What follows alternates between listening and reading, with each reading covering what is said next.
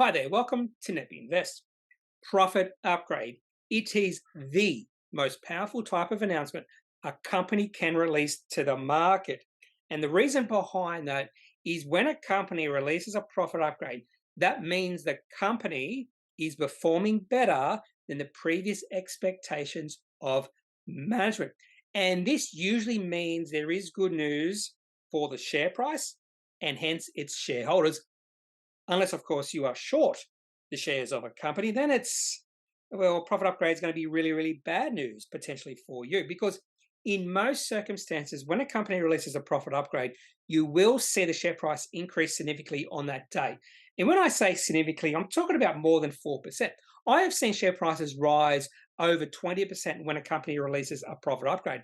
And a lot of times, this is a catalyst for the re rating of a company's share price. So I'm always looking out for profit upgrades. And today, on December 14, a company called Findi released a profit upgrade. So I thought, why not do a video on this particular profit upgrade? Now, I'm a little bit biased because I actually am a shareholder of this company. And not only am I a shareholder of Findi, I own options in this company. In fact, the only options I do own are for Findi. Now, my current options for Findi are not in the money. They expire January 2014, 30 cents more to go before they're in the money. But the share price of Findi is moving in the right direction, and we have more than 1 year for the share price to get above 90 cents. Before we have a look at Findi's profit upgrade that they did release on the 14th of December, I thought I'd just talk about what this company does because they have changed their business model a few times over the past 5 or 6 years. And not only that, they've also changed the name 3 times over the past 5 or 6 years. We'll talk about that in the next slide. Now, this slide and the next few slides come from the company's investor presentation that they released on the 8th of December 2022. And if you do need more information on a company, I highly recommend going to the company's website. And if there's no information on a company or the company doesn't have a website, that should be an instant red flag. Or you can go to any sort of presentation the company has released or the annual report. The company should release every single year, and there should be information on the company in the annual report. Or better yet, if the company has recently listed on the exchange, go to the prospectus. I have found the prospectus is a trove of information, not only on company specific information, but also sector information. Now, in this particular slide found in the presentation on page 13, they go through what the company or what services the companies provide. So ATM managed services and Findi Pay. They also plan to get into transaction banking. And the thing you'll notice here, if you are looking closely, is they have their operations in India. So 17,000 ATMs across India. So this is an Indian-based company. And that intrigues me because of the potential growth in digital payments in India over the next 5 years. They even mentioned it in this particular slide. Indian digital payments are expected to grow at 37% per year over the next 5 years, which should help FindiPay, which is another part of their services, and also transaction banking, which is a future service the company will provide in the next 5 years. Now, to a brief history of TSI, founded in 2004 as TSI India, focusing on ATM managed services. In 2013, they divested 75% of TSI India, and that was acquired by a private equity company. Then in 2017, and this is when I got a little bit excited about company, they moved into cloud and cybersecurity, acquiring 2 companies called DecipherWorks and Cloud10. They also changed the name to Vortiv in September 2019. And then for some reason, they decided to sell or divest both DecipherWorks and Cloud10 in 2020. And then they bought the other 75% of that TSI India back in 2021, changed the name from Vortiv to Findi. They also went through a share consolidation, a 20-to-1 share consolidation. So the shares on issue decreased from over 500 million to just under 30 million shares, and that's where we are right now. Before we have a look at the profit upgrade, what was their initial guidance? Because before we have a profit upgrade, you need some sort of numbers or initial numbers out there. So this is taken from their investor presentation released on December 8th.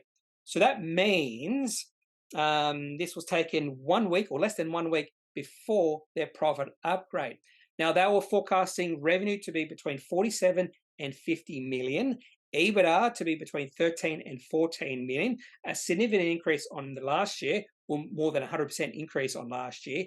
EBITDA to free cash flow at 61%. So that means the free cash flow would be just less than $10 million, around about $8 to $10 million for financial year 23. That's really nice free cash flow for a company that has a market cap of less than $20 million, and they expected EBITDA margins to be about 25%. Now on to the profit upgrade. They've increased their guidance for revenue and EBITDA. EBITDA margins are expected to be fairly similar to their previous guidance at 25%. But revenue is now expected to be between 51 and 53 million, an increase of 13% on the original guidance. And EBITDA is now expected to be between 14.5 and 15.5 million.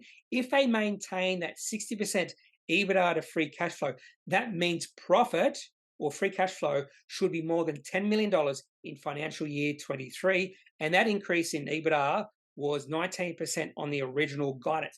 Now, the reasons behind this upgrade in guidance are for two reasons. There was an extension of its contract to supply ATMs for State Bank of India to the 31st of December 2023, and the rollout of ATMs for Central Bank of India is ahead of schedule. Now onto the daily chart for Vortiv. Findi. I hope I haven't called this company Vortiv elsewhere in this video. So this particular daily chart goes all the way back to September 2021. So we're talking about 15 months. And from September 2021, probably before even that, all the way through to August of this year, the share price was in a downtrend, falling from over $1 all the way down to a low of 30 cents. And this, I think, was pre-consolidation. So if you divide 30 cents by 20, you get a share price of 1.5 cents. That was a low for Findi back in July of this year when they were named Vortiv. And then the sentiment started to shift. And then the share price started to move upwards. And right now, the share price of Findi is in an uptrend. We have seen a higher high and also a higher low.